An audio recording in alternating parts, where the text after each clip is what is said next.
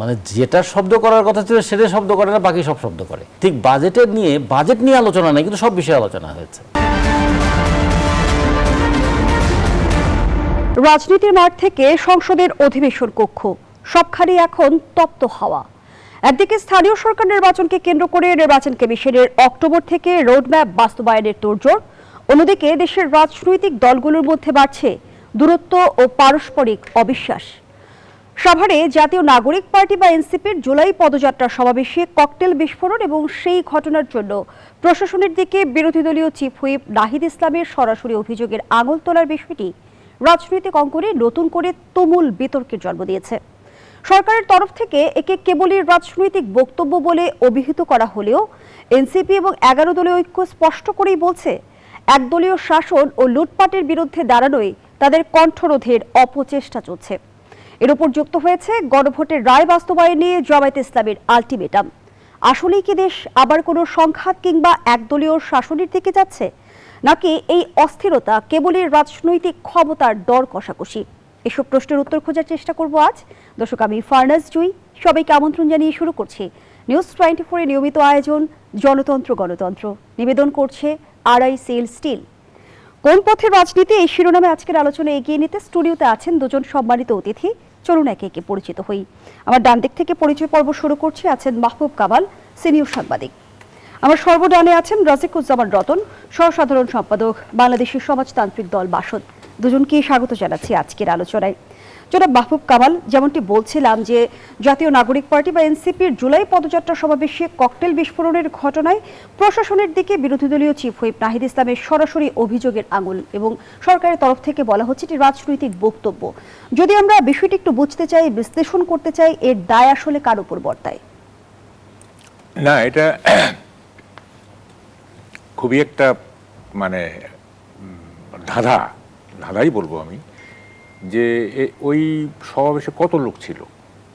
এটা কি খুব বেশি লোক ছিল? মনে হয় না। রতন ভাই, কত লোক ছিল সমাবেশে? এটা পথসভার মতোই তো। হ্যাঁ, তাইলে ওই সভাটা যদি সাকসেসফুল হইতো তাহলে কি সরকারের পতন হইতো? হতো না তো, নাকি? তাইলে যে সভা করলে সরকারের পতন হবে না, সেই সভার উপরে ককটেল বিস্ফোরণ, এইটার মানে মাঝেজারটা কি? তার মানে বোঝা যাচ্ছে যে এইখানে আসলে রাজনীতি কোনো নিয়ম মানছে না, রাজনীতি কোনো ন্যায় নীতি, কোনো গ্রামার, কোনো ব্যাকরণ, এগুলি মানছে না। তাহলে রাজনীতি কিভাবে চলছে শুনেন, রাজনীতি, আপনি দেশ কিভাবে চলছে সেটা শুনেন। সেটা হচ্ছে, গাড়ি যখন চলতেই থাকে, শত ব্রেক কষাকষি তো থামানো যায় না, তখন ধরে নিতে হবে গাড়িটা ঢালুর দিকে গড়াচ্ছে। ঠিক আছে, গাড়ি চলছে, ব্রেক কষতেছি, গাড়ি থামতেছে না, তার মানেটা কি? এটা ঢালুর দিকে গড়াচ্ছে, এবং কোন খাদে গিয়ে পড়বে ড্রাইভার জানে না। এইভাবেই দেশটা চলতেছে। তার মানে সবকিছুই কি নিয়ন্ত্রণহীন? একেবারেই তো। দেখেন না, আপনি যদি ফেসবুক খুলেন, দেখবেন যে একদিকে চলতেছে প্রতিশোধ পরায়ণতা, আর একদিকে চলতেছে গরম গরম বক্তৃতা। যেমন নাহিদ ইসলামের বক্তৃতা, নাহিদ ইসলামের বক্তৃতাটা আমি এইভাবে বলি, মরো, মারো, ফাটো, ফাটাও, আগাও। ঠিক আছে, মানে সে যে জিল নিয়ে, যে কি বলে, যে এটাকে বলে সাহস নিয়ে এবং যে দৃঢ়তা নিয়ে বক্তব্য দিচ্ছে আর কি, এবং সরকারকে দেখে নিবে রক্ত নিয়ে খেললে, মানে রক্তের বিনিময়ে রক্ত, এইসব কথা বলতেছে। তো ফলে আমরা আশা করছিলাম যে যেহেতু একটা ইলেকটেড গভর্নমেন্ট, তাইলে নাহিদ তো আপনার ডেপুটি না কি চিফ হুইপ, হ্যাঁ, তো ফলে তো একটা রেসপন্সিবল পদ না। তো একটা ইলেকটেড গভর্নমেন্ট 4 মাসের মতো হয়েছে, সেইখানে আপনার 4 মাসের মধ্যে এই ধরনের যুদ্ধংদেহী বক্তৃতা, হ্যাঁ, তাহলে কি দাঁড়াচ্ছে? তাহলে তো আরো 56 মাস বাকি আছে, তাই না? যদি 5 বছরের শাসন আমি ধরি, 5 × 60, তাহলে 4 মাসের মাথায় যদি এই হয়, তাহলে বাকি 56 মাস কি হবে? সরকার কি টিকতে পারবে? মানে এই প্রশ্ন তো ওঠা স্বাভাবিক। তবে দেখেন, আমি একটা কথা বলি, যে বিরোধী দল পার্লামেন্টে কিন্তু, যে পার্লামেন্টের অধিবেশনটা সদ্য সমাপ্ত, সেখানে কিন্তু এক ধরনের ঐক্য দেখা গেছে, ঠিক আছে, বিরোধী দলের সঙ্গে সরকারের এক ধরনের ঐক্য দেখা গেছে। তাহলে পার্লামেন্টে ঐক্য, আবার পার্লামেন্টের বাইরে আপনার মারামারি, কাটাকাটি, ককটেল বিস্ফোরণ, পাল্টা বক্তব্য, মানেটা কি? তাহলে এই দুইটা তো পরস্পর বিরোধী হয়ে গেল না? পার্লামেন্টে তো নাহিদ ছিল, তারপরে শফিকুর রহমান ছিল, সবাই তো ছিল, বিরোধী দলের সবাই ছিল, তাই না? তো সেখানে তো এরকম এই গত সেশনে তো আমরা এরকম কিছু দেখি নাই। হঠাৎ করে দেশের মানে পার্লামেন্টের বাইরে এরকম হলো কেন? এইটা আমি একটু বলি আপনাকে, এটা আমি এক জায়গায় বলছিলাম, সেটা হলো যে আমাদের কিন্তু কোনো লাভ নাই, জানেন। বিরোধী দলের সাথে সরকারের সমঝোতা হইলেও আমাদের কোনো লাভ নাই। বিরোধী দলের সাথে সরকারের যদি ঝগড়া হয়, বিবাদ হয়, শত্রুতা হয়, বৈরিতা হয়, তাইলেও কিন্তু আমাদের লাভ নাই। উদাহরণটা আমি দেই আপনাকে, আপনি হাসেন না। সেটা হচ্ছে যে দুই হাতি যখন যুদ্ধ করে না, তখনই কেবল নিচের ঘাস পিষ্ট হয় না। দুই হাতি যখন পরস্পরকে আদর করে, তখনও কিন্তু নিচের ঘাস পিষ্ট হয়। হাতি তো যুদ্ধ করলেও নিচের ঘাস পিষ্ট হবে, আবার যদি ওদের সম্পর্ক ভালো থাকে তাইলেও হবে। তা আমরা তো হচ্ছে নিচের ঘাস, আমরা যারা পাবলিক। তা দুই হাতি, আপনার সরকারকে যদি আমরা হাতি ধরি আর বিরোধী দলকে যদি হাতি ধরি, কারণ অনেক সিট তো না, 70টা সিট জামাতের, এবং এদের তো অনেক 6টার মতো সিট আছে।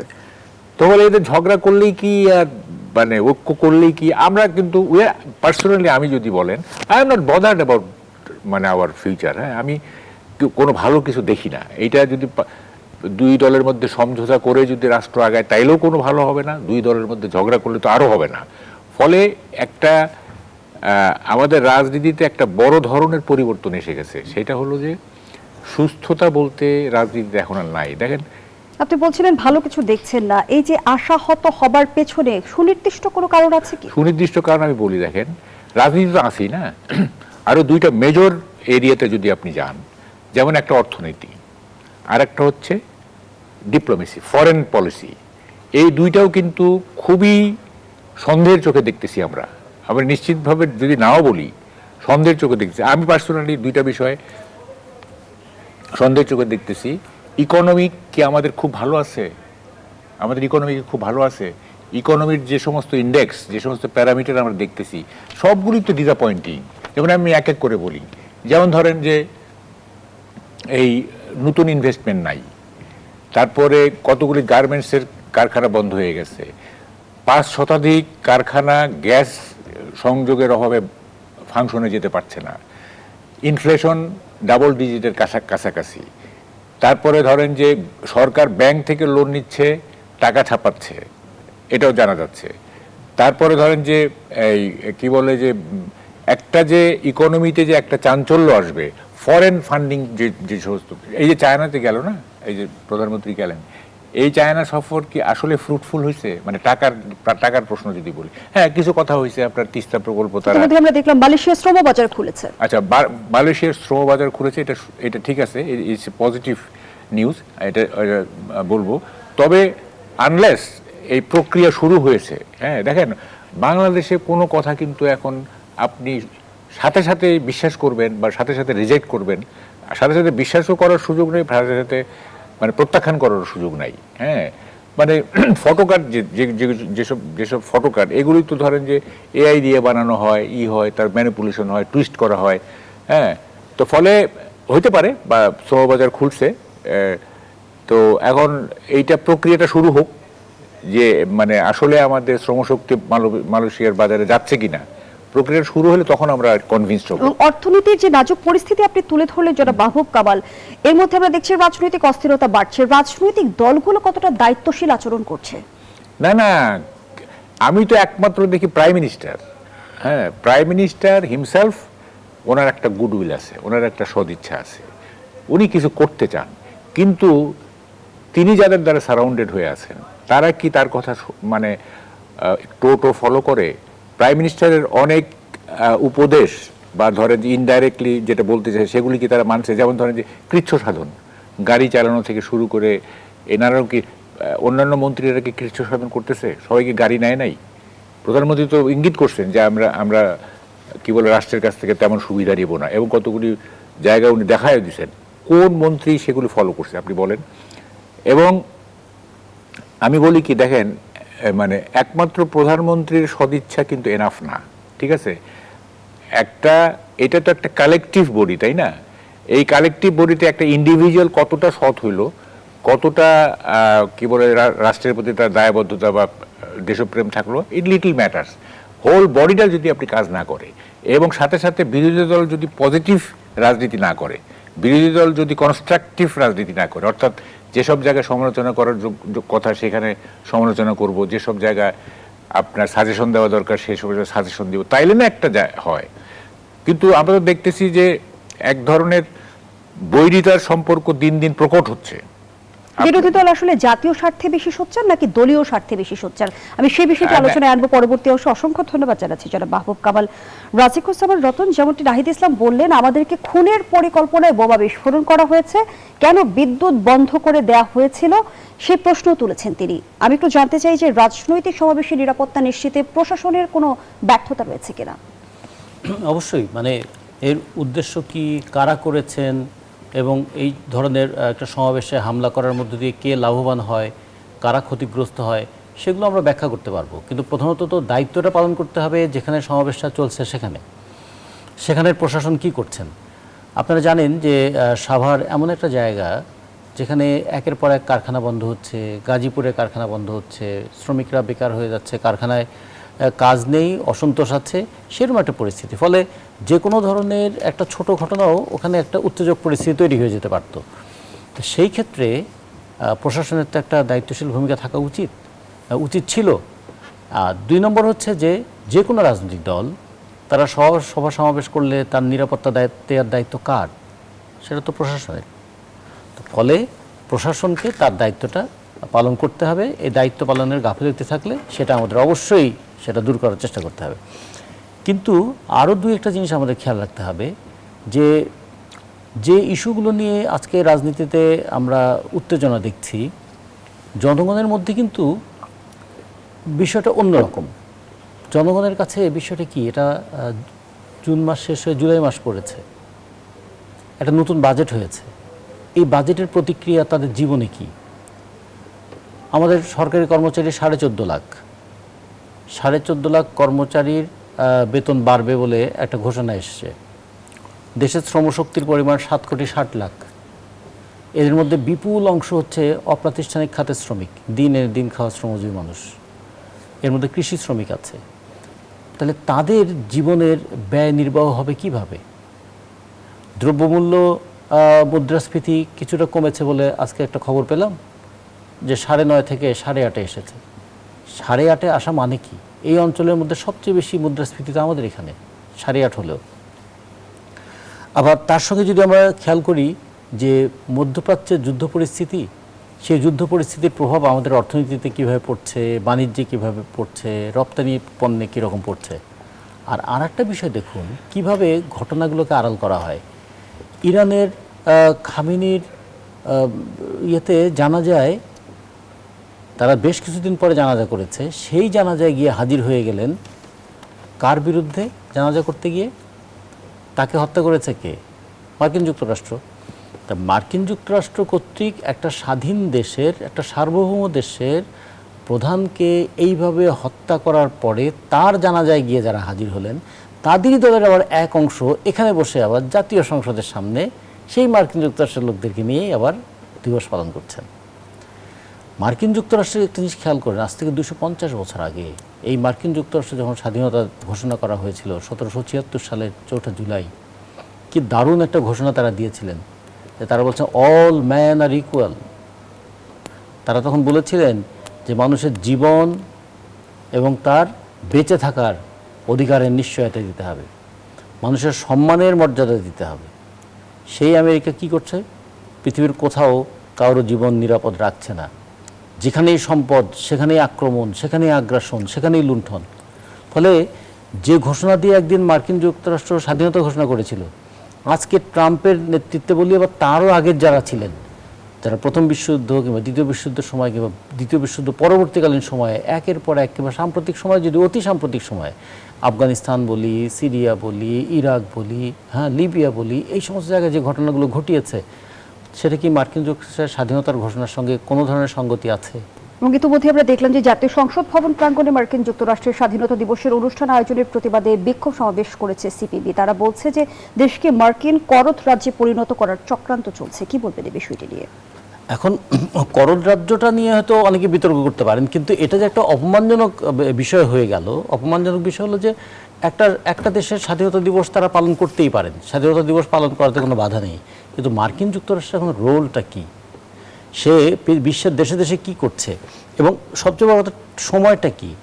যে সময়ে ইরানে গিয়েছে তাদের দলের একটা অংশ, এই সমস্ত দলের যে জামাত ইসলাম বললেন আমেরিকা নাকি তাদের পরীক্ষিত মানে বন্ধু।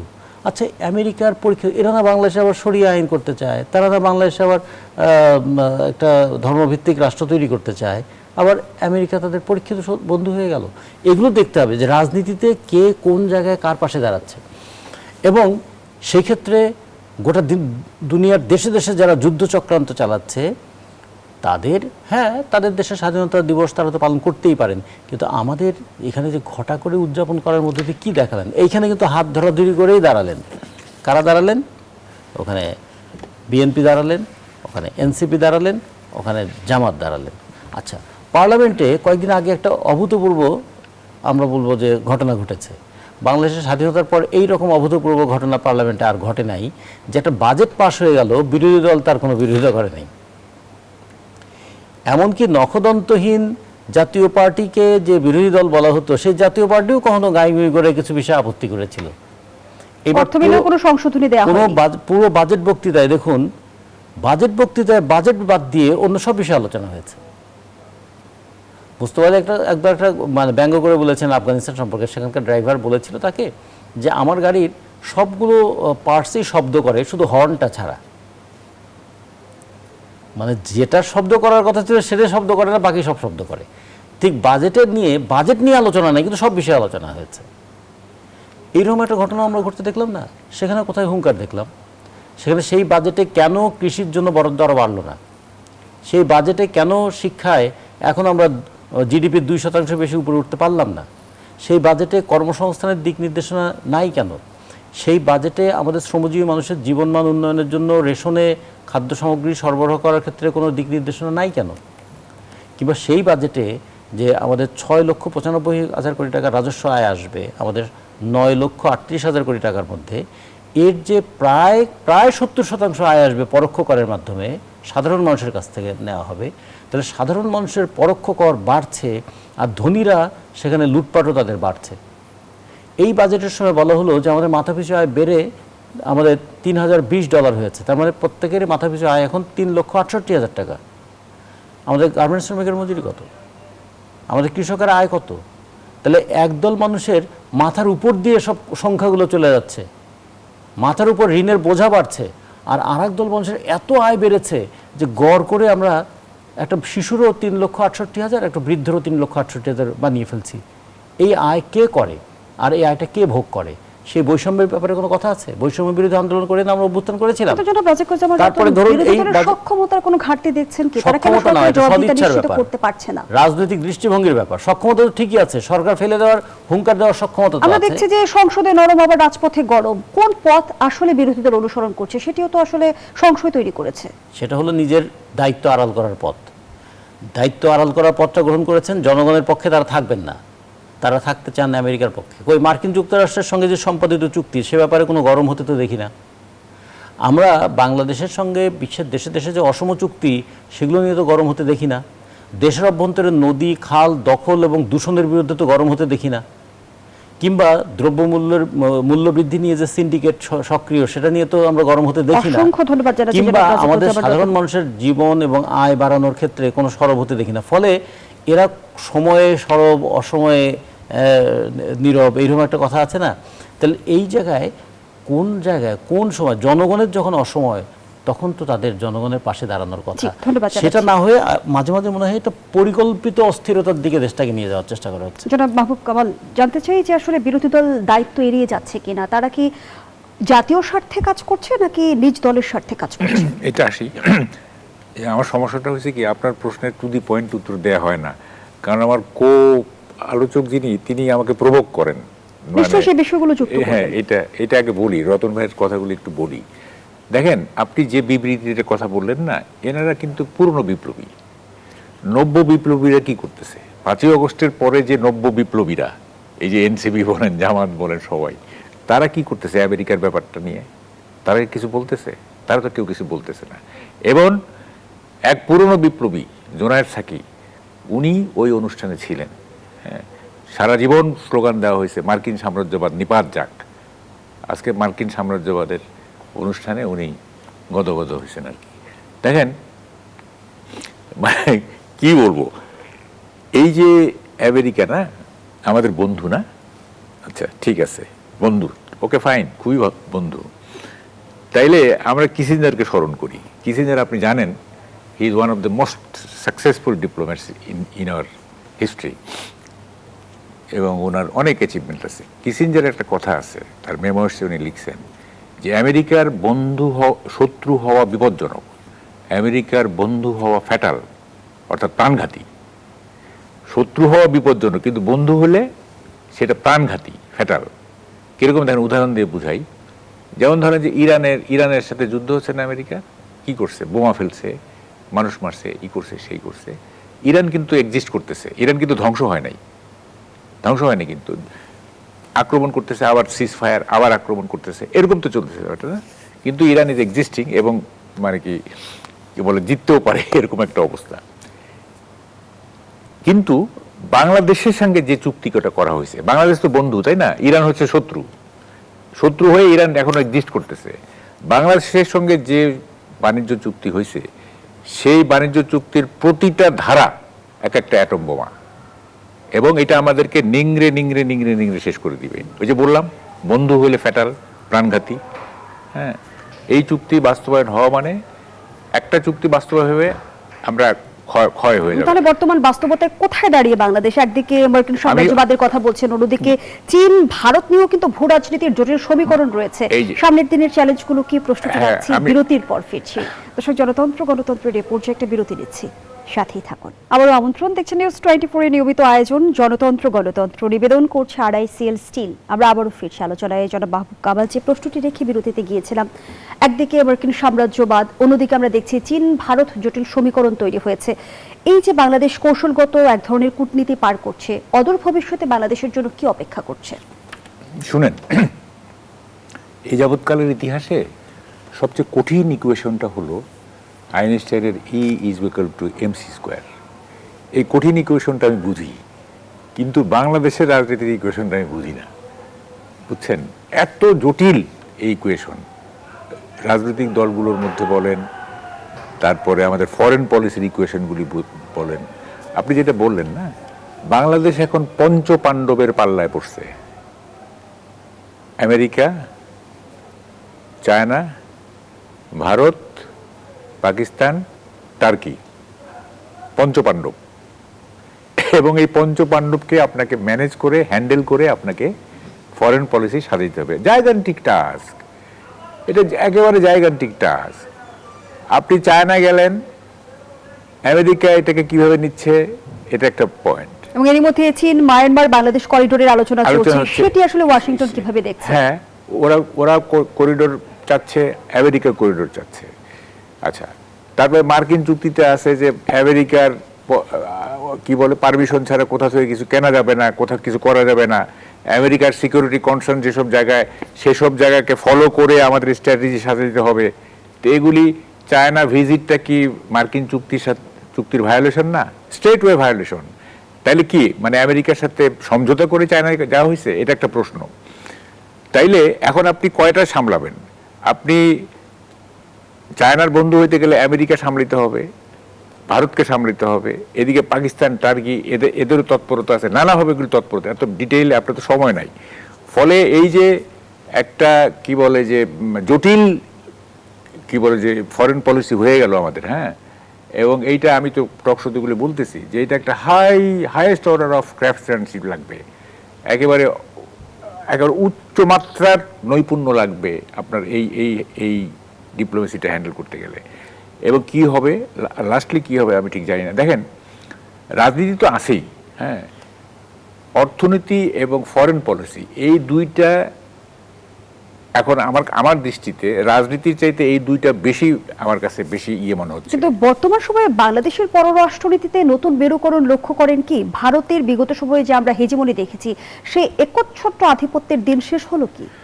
এইটা তো ওই যে আমেরিকার উনি বলছেন, উনি বলছেন। দেখেন, সবচেয়ে বড় কথা হচ্ছে যে ভারত আমাদের সবচেয়ে নেইবারিং কান্ট্রি, তাই না? এবং it is much bigger than Bangladesh, ঠিক আছে? ভারত আমাদেরকে যদি ইরিটেট করতে চায়, মানে যদি উত্তক্ত করতে চায়, তারা নানাভাবেই করতে পারে। তারা যেমন ধরেন যে ভিসা খুলে দিছে না, ভিসা বন্ধ করে দিলে কি করে? এটা আমেরিকা কিছু করতে পারবে যদি ভিসা বন্ধ করে দেয়, তাই না? না, বর্ডার ম্যানেজমেন্ট, বর্ডারে যদি তারা কি বলে যে ফাজলামি শুরু করে, হ্যাঁ, কি করা যাবে? তারপর ট্রেড ডেফিসিট আছে ইন্ডিয়ার সাথে, এই ট্রেড ডেফিসিট কি আমেরিকা ফুলফিল করতে পারবে? পারবে না তো। ফলে অনেকগুলো ব্যাপার আছে যেগুলো আপনি চায়না এবং আমেরিকা এগুলি থেকে বাংলাদেশকে মুক্ত করতে পারবে না, মানে ভারতের প্রশ্নে। তো ফলে ইরিটেশন করতে চাইলে করতে পারে। আমার কথা সেটা না, আমার কথা হচ্ছে যে আপনাকে তো মানে কি বলে যে চায়না আমেরিকার যে মূল দ্বন্দ্বটা এই আমাদের এই রিজিয়নে, হ্যাঁ, এই যে টাগ অফ ওয়ার চলতেছে, বিশেষ করে মানে কি বলে ট্রেড ওয়ার বিশেষ করে, হ্যাঁ, এবং বে অফ বেঙ্গলের দখল নেওয়ার জন্য চায়না এবং আমেরিকার মধ্যে যে বৈরিতা, এইখানে আপনাকে চায়নাও চাবে আপনাকে অ্যালাই করতে, আমেরিকাও চাইবে। আপনি কোন দিকে যাবেন? আপনি এদিকে যে সময়ে এবং আকসা চুক্তি স্বাক্ষরের অপেক্ষায় আছেন, আপনি কি বলে যে মার্কিন আমেরিকার সাথে যে বাণিজ্য চুক্তি সেইটা বাস্তবায়নে আগ্রহী হচ্ছেন, আবার ওইদিকে চায়নাকে বলতেছেন যে আমাদের তিস্তা প্রকল্প করে দাও, তো আমাদের এইটা করো সেইটা করো, তাই না? তো ফলে এগুলি তো কন্ট্রাডিক্টরি না, এগুলি ম্যানেজ করা খুব কঠিন। আলটিমেটলি হবে কি, বেশি পেঁচাইতে গেলে হবে কি, ওই যে ঢাকায় একটা শব্দ আছে মাইনকার চিপায় পড়ে যাবে আর কি। হ্যাঁ, ফলে এগুলি খুব ঠান্ডা মাথায় করতে হবে। আমি একটা কথা আপনাকে বলি না, সেটা হলো বর্তমান গভর্নমেন্ট না, even the prime minister helpless creature, একেবারে অসহায়। তাদেরকে আমি দোষ দেই না, আমি তারেক রহমানকে কোনো দোষ দিতে চাই না। I feel pity for him. Helpless. আমেরিকার যে প্রতাপ, আমেরিকার যে শক্তি সামর্থ্য, হ্যাঁ, এবং তার যে ট্রাম্প প্রশাসনের যে আগ্রাসী নীতি, এইখানে তারেক রহমান ইচ্ছা করলেও কিছু করতে পারবে। হেল্পলেস। ধন্যবাদ। ফলে এটা কি হবে, আমাদের ডেস্টিনি কি, আমরা কোন দিকে যাত্রা করতেছি, এটা ডিফাইন করা খুব কঠিন। আই উইশ যে তারেক রহমান সাকসিড হবে। জনাব রাজিকুজ্জামান রতন, আমাদের ডেস্টিনি আসলে কি পরিণতি আমাদের ভোগ করতে হতে পারে, সেটি যেমন একটি প্রশ্ন, সেই সঙ্গে আরেকটি প্রসঙ্গ যুক্ত করেই চীনের কুনমিং থেকে মিয়ানমার হয়ে বাংলাদেশ পর্যন্ত একটি অর্থনৈতিক করিডোর প্রস্তাব সামনে এনেছে বেইজিং। কিন্তু যদি বাস্তবতা তুলে ধরি, মিয়ানমারের জান্তা সরকারি নিরাপত্তা বাহিনীর সঙ্গে সংঘাত চলছে বিদ্রোহী আরাকান আর্মির, এবং বাংলাদেশে এখন 12 লাখের বেশি রোহিঙ্গা আশ্রয় নিয়েছে। এই দুটি প্রধান সংকট সমাধান না করে যদি আসলে করিডোর হয়, সেটি আদৌ কোনো, যদি আমরা বলি যে কাজে আসবে? প্রথমত করিডোরটা কবে হবে এবং কিভাবে হবে? কবে হবে যদি চিন্তা করি, তাহলে এটা কি কালকে হবে? এটা একটা আলোচনার পর্যায়ে আছে। এখন যদি ভূ রাজনীতিটাকে আমরা বিবেচনায় রাখি, তাহলে চীনের জন্য এই করিডোরটা খুব দরকার। এবং এই অঞ্চলে যদি ধরে নেই কিছু বিষয় আছে না, ধরে নিতে হয় সম্ভাব্যতার বিচার করতে গেলে। ইকোনমিক্সে যেটা খুব বেশি করে পড়ানো হতো, রিমেইনিং আদার ফ্যাক্টরস কনস্ট্যান্ট, সেরকম যদি হয়, তাহলে মায়ানমারের যে প্রচুর ভূ সম্পদ আছে, মাটির নিচের গ্যাস আছে, সমুদ্রের নিচের গ্যাস আছে, কয়লা আছে, তাদের বনজ সম্পদ আছে এবং বিশাল ভূমি আছে, এবং চীন একটা উদ্বৃত্ত বাণিজ্যের দেশ, তার টেকনোলজি আছে, তার প্রচুর পরিমাণ নিজস্ব মুদ্রা আছে। তো ফলে চীন সেটা দেওয়ার জন্য ব্যাকুল হয়ে আছে, সে রাস্তা চায় কোন দিক দিয়ে কোন দেশের সঙ্গে সে যুক্ত হবে। তো ফলে সে সবসময় তো একটা ইকোনমিক করিডোর খুঁজবেই। কিন্তু বাংলাদেশকে যেটা বিবেচনা করতে হবে, যে বাংলাদেশের সঙ্গে কতগুলো দেশের সম্পর্ককে তাদের বিবেচনা করতে হবে। প্রতিবেশী আছে ভারত, সবচেয়ে বেশি বাণিজ্য হয় চীনের সঙ্গে, রাজনৈতিক কর্তৃত্ব করতে চায় আমেরিকা, রাশিয়ার সঙ্গে আছে পারমাণবিক বিদ্যুৎ প্রকল্প সহ আরও অন্যান্য টেকনিক্যাল সাপোর্ট, জাপানের সঙ্গে আছে নানা ধরনের কারিগরি, সড়ক, এমনকি মেট্রো রেলের মতন এই ব্যবস্থাপনা, এবং ইউরোপিয়ান ইউনিয়নের সঙ্গে আছে একটা বিপুল পরিমাণ আমাদের গার্মেন্টস ব্যবসা। তাহলে সব মিলিয়ে বাংলাদেশকে দেখতে হবে। তো এই জন্য বাংলাদেশের জন্য কারো দিকে ঢলে পড়াটা একটু বিপজ্জনক। আর আবার যেটা খেয়াল রাখতে হবে যে প্রতিবেশীকে একদম উপেক্ষা করে কি কোনো দেশ চলতে পারবে? আচ্ছা, কানাডা যতই কম্পিটিশন করুক না কেন, সে তাকে তো আমেরিকাকে প্রতিবেশী হিসেবে তাকে বিবেচনা রাখতেই হবে। মেক্সিকোর সঙ্গে আমেরিকার সম্পর্ক রাখতেই হবে। আবার চীনের সঙ্গে উত্তর কোরিয়ার সম্পর্ক বলে এত হুমকি ধামকির পরেও ট্রাম্প উত্তর কোরিয়াতে নাক গলাতে একটু ভয় পাচ্ছে কেন? কারণ মনে করে যে উত্তর কোরিয়ার প্রতিবেশী আছে চীন। কিংবা আজকে যে ইরানের সঙ্গে আমেরিকা যত সহজে ইরানকে কবজা করবে ভেবেছিল, তেমন করতে পারলো না কেন? কারণ ইরানের পাশে কারা থাকলো? ইরানের পাশে যতটুকু অর্থে চীন আছে, যতটুকু অর্থে রাশিয়া আছে, যতটুকু অর্থে অন্যান্য দেশগুলো আছে, সেই ক্ষেত্রে ইরান কিন্তু একটা শুধুমাত্র মনস্তাত্ত্বিক সাহস পেয়েছে তা না, অর্থনৈতিক সাহসও পেয়েছে এবং তাদের ভবিষ্যৎ যে টেকনোলজিক্যাল যে সাপোর্ট সেগুলো তারা পাচ্ছে, যুদ্ধের ক্ষেত্রেও কিছু অস্ত্রগত সাহায্য তারা পাচ্ছে। এগুলো বিবেচনা করেই তো একটা জাতীয় অর্থনীতি, তার সঙ্গে আন্তর্জাতিক সম্পর্ক, তার সঙ্গে ভূ রাজনৈতিক সম্পর্কের বিষয়টা দেখতে হয়। ফলে বাংলাদেশকে এই বিষয়গুলো যদি বিবেচনায় রেখে বাংলাদেশের যদি বুর্জুয়া রাজনীতিটাও দাঁড় করাতে হয় তাহলে একরকম। আর আমরা যদি সাধারণ মানুষের কথা ভাবি, আচ্ছা এই সমস্ত উচ্চ মার্গের কথা ভেবে আমাদের সাধারণ মানুষের কী লাভ হবে? সাধারণ মানুষ যদি ভাবে আমার কৃষি পণ্যের দামটা কি আমি পাচ্ছি, আমার নিজের দেশে তো ইন্টারনাল একটা হোম মার্কেট আছে, তো বাংলাদেশের 18 কোটি মানুষ খায়, খাবারের জন্য তাদের তো চালের সংস্থানটা করতে হবে, ভাতের সংস্থানটা করতে হবে। আমার নজরটা দিতে হবে কৃষি উৎপাদনটা যেন আমি স্বয়ংসম্পন্ন হই। কেন আমার পেঁয়াজ আমদানি করতে হবে ভারত থেকে? আমি যেখানে স্ট্রবেরি আমদানি মানে উৎপাদন করতে পারি, আমি আরবের খেজুর উৎপাদন করতে পারি, আমি ওই শীতপ্রধান দেশের মালটা সেটা আমি এখানে উৎপাদন করতে পারি, আমার দেশের পেঁয়াজ কেন আমি উৎপাদনটা করে আমি স্বয়ংসম্পন্ন হতে পারি না? কেন কাঁচামরিচের ক্ষেত্রে আমার ঘাটতিটা থাকে? তাহলে আমার নজরটা ওইদিকে দেওয়া উচিত না? এখন এই দেখুন আজকে মৌসুমি ফলের বাজার মনে হয় যে উপচে পড়ছে ফলে, লটকন থেকে শুরু করে সমস্ত কিছুই।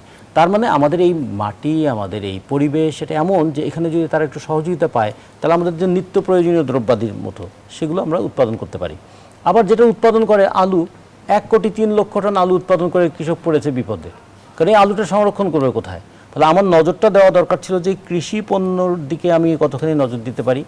আমার নজর দেওয়ার দরকার ছিল আমাদের প্রায় 9 কোটির উপরে আমাদের একটা শ্রমশক্তি আছে, তার মধ্যে 7,60,00,000 শ্রমশক্তি কর্মে নিয়োজিত আছে। এই যে শ্রমশক্তি প্রতি বছর 22 লক্ষ করে আমাদের তরুণ যুবক কর্মক্ষেত্রে আসছে, তাদেরকে কিভাবে আমরা কাজে যুক্ত করব? আচ্ছা, শিক্ষার মানটা এত পড়ে গেল কেন? এই নিম্নমানের শিক্ষা নিয়ে আমরা দেশের টেকনোলজির ডেভেলপমেন্ট কি করাবো, আর আন্তর্জাতিক বাজারেই বা আমাদের শ্রমশক্তি কীভাবে পাঠাবো? আমাদের না নজর এদিকে দেওয়া দরকার ছিল। ফলে আমরা এখন হম্বিতম্বি মারছি, কেউ দিল্লি না ঢাকা, মনে মনে সবাই বলছে টাকা টাকা।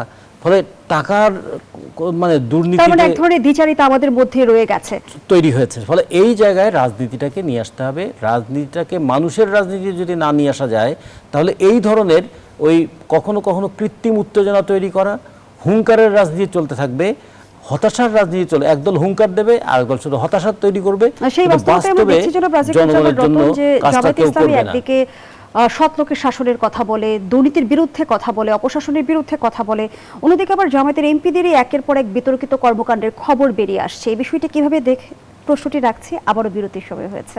দর্শক, গণতন্ত্রের এই পর্যায়ে আবারও বিরতি নিচ্ছি, সাথেই থাকুন। ফিরে এলাম, দেখছেন গণতন্ত্র নিবেদন করছে RICL স্টিল। আমরা আবারও ফিরছি আলোচনায়। জনাব রাজিকুজ্জামান রতন, যে প্রশ্নটি রেখে বিরতিতে গিয়েছিলাম, একদিকে জামায়াতে ইসলামের তরফ থেকে সৎ লোকের শাসনের কথা বলা হচ্ছে, দুর্নীতির বিরুদ্ধে তারা সোচ্চার, অন্যদিকে আবার তাদের এমপিদেরই আমরা দেখছি বিতর্কিত কর্মকাণ্ডের খবর বেরিয়ে আসছে। কয়েকটি বিষয় যদি আমি তুলে ধরি, যে সম্প্রতি ঐচ্ছিক অনুদানের তালিকায় নড়াইল 2 আসনের সংসদ সদস্য আতাউর রহমান বাচ্চুর মেয়ের নাম থাকা নিয়ে সমালোচনা হলো। আমরা দেখলাম রংপুর 6 আসনের এমপি মোহাম্মদ নুরুল আমিনের বিরুদ্ধেও স্বজনপ্রীতির অভিযোগ ওঠে এবং সরকারি বরাদ্দের সাইকেল নাতিকে দিয়ে পদ হারিয়েছেন ঝিনাইদহের কোটচাঁদপুর উপজেলা জামায়াতের আমির মাওলানা তাজুল ইসলাম। সেই সঙ্গে দেখা গেল প্রধানমন্ত্রীর ত্রাণ তহবিলের টাকা বিতরণের স্বজনপ্রীতির অভিযোগ ওঠে খুলনা 6 আসনের সংসদ সদস্য মাওলানা আবুল কালাম আজাদের বিরুদ্ধে। কিভাবে দেখছেন বিষয়টিকে? এখানে দুইটা জিনিস খুব গুরুত্বপূর্ণ। যে দুর্নীতিগুলো আলোচনা করা হলো খুবই ছোট লেভেলের দুর্নীতি, কিন্তু ছোট লেভেলের দুর্নীতিগুলো দেখতে হবে এত বড় লেভেলের মানুষগুলো ছোট লেভেলের দুর্নীতি কেন করছেন। তার মানে দুর্নীতির সংস্কৃতি দ্বারা তারা কিন্তু আটকা পড়ে আছেন। আমরা এই সমস্ত দুর্নীতি দেখে কখনো কখনো ঘৃণা বোধ করি, কখনো কখনো বিরক্তি বোধ করি, কিন্তু মূল দুর্নীতি কিন্তু অর্থনীতিতে, মূল দুর্নীতি হচ্ছে পলিসিতে, মূল দুর্নীতি হচ্ছে যার যে পদ পাওয়ার যোগ্য নন তাকে সেই পদে পাঠানো। এটা তো সবচেয়ে বেশি বড় দুর্নীতি।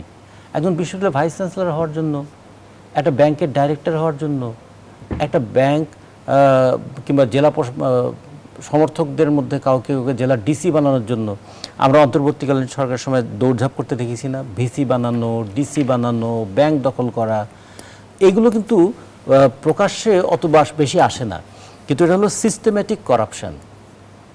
এরাই সিস্টেমেটিক করাপশনের সঙ্গে যুক্ত আছে। এবং সবচেয়ে বড় কথা, মিথ্যা সকল পাপের জননী, এই কথাটা তো আমরা শুনেছি, কিন্তু আমরা দেখেছি না যে হলফনামার মধ্যে কি পরিমাণ মিথ্যা তারা তথ্য দিয়েছেন। এই তথ্য নিয়ে তাদের মধ্যে কি কোনো অনুশোচনা আছে? কিংবা আমরা যদি দেখি এর পরেও, নির্বাচনের পরেও তারা যে সমস্ত কাজ করছেন, সেখানে যে বাজেটে বক্তৃতার সময় সংসদে যে বক্তব্যগুলো তারা দিয়েছেন, সংসদের এই বক্তব্যগুলো শুনলে কি মনে হয় এগুলো সংসদ সদস্যদের মান রিফ্লেক্ট করে? সেখানে সংসদে প্রতি মিনিটে 2,72,000 টাকা খরচ হয়। 2,72,000 টাকা খরচ করে আমাদের সংসদ সদস্যরা কি আলোচনা করেছেন সংসদে?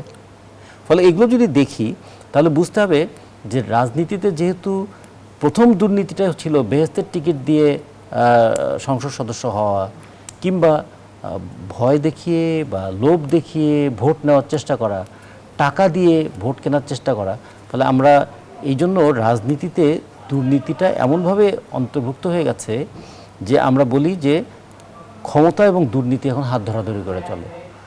ক্ষমতা না পাওয়ায় এতটা হতাশ হয়ে পড়েছিলেন কেন? ক্ষমতা না পাওয়ায় হতাশ হওয়া মানে হচ্ছে আসলে দুর্নীতির সুযোগ না পাওয়ার জন্য হতাশ হয়ে যাওয়া, তাই কি? আমরা এই জন্য বলতে চাই, রাজনীতিতে যে টাকার খেলা, পেশি শক্তি এবং ধর্মের রাজনৈতিক ব্যবহার, এই তিনটা যতদিন চলতে থাকবে ততদিন কিন্তু রাজনীতি থেকে আমি দুর্নীতিটাকে মুক্ত করতে পারবো না।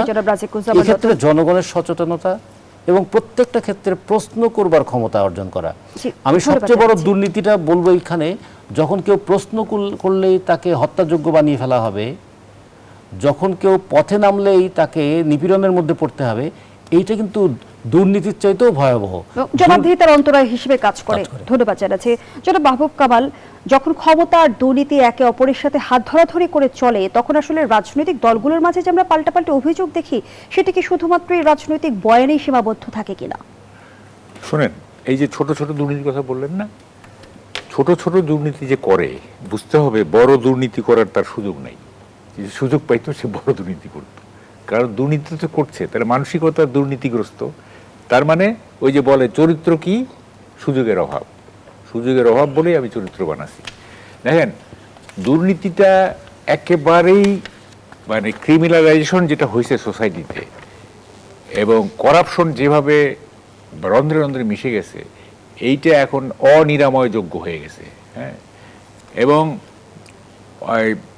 অন্তর্বর্তী সরকারের আমলে অনেকে বলতো যে এই ছোটোখাটো দুর্নীতি হইলে কি হয়েছে, হাসিনার আমলে তো মেগা দুর্নীতি হয়েছে। তখন আমি বলতাম যে মেগা দুর্নীতি হয়েছে কারণ মেগা প্রকল্প ছিল।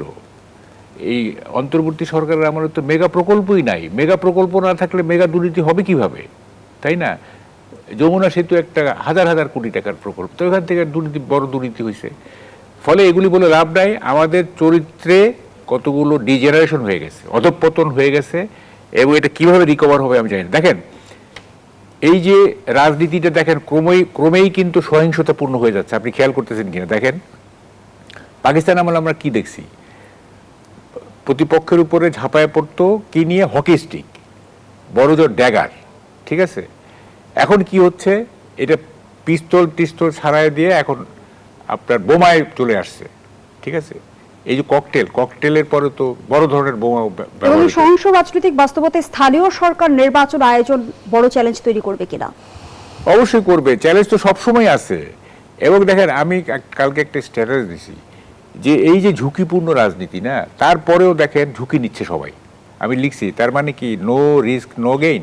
এই যে ঝুঁকিটা নিচ্ছি, মানে বড় ধরনের গেইনের আশায় কি ঝুঁকি নিচ্ছি? এই যে গ্যাম্বলাররা যে ঝুঁকি নেয়, হ্যাঁ, যে জিতে গেলে বড় টাকা পাবো। ফলে এগুলি টোটালি একটা জেনারেশন। এই অবস্থায় আমি যেটা বলতে চাই সেটা হলো যে দেখেন, তারেক রহমান দেশ চালাচ্ছেন না, সমুদ্র যখন শান্ত থাকে তখন কিন্তু হাল ধরাটা কোনো কঠিন কাজ না, কিন্তু সমুদ্র যখন টার্বুলেন্ট হয়ে যায়, অশান্ত হয়ে যায়, তখন হাল ধরাটার জন্য আপনার লাগবে, ক্রাফটম্যানশিপ লাগবে, এটার জন্য একটা দক্ষতা লাগবে, স্কিল লাগবে। এখন অশান্ত হয়ে গেছে, সমুদ্র অশান্ত হয়ে গেছে, এখন হাল ধরাটা খুব কঠিন। এবং এই হালটা যদি ঠিকমতো ধরতে না পারে আমাদের প্রাইম মিনিস্টার এবং সরকার, হ্যাঁ, তাইলে কিন্তু সোসাইটি আরও অবনতির দিকে যাবে, এবং কোথায় যাবে আমরা ঠিক জানি না।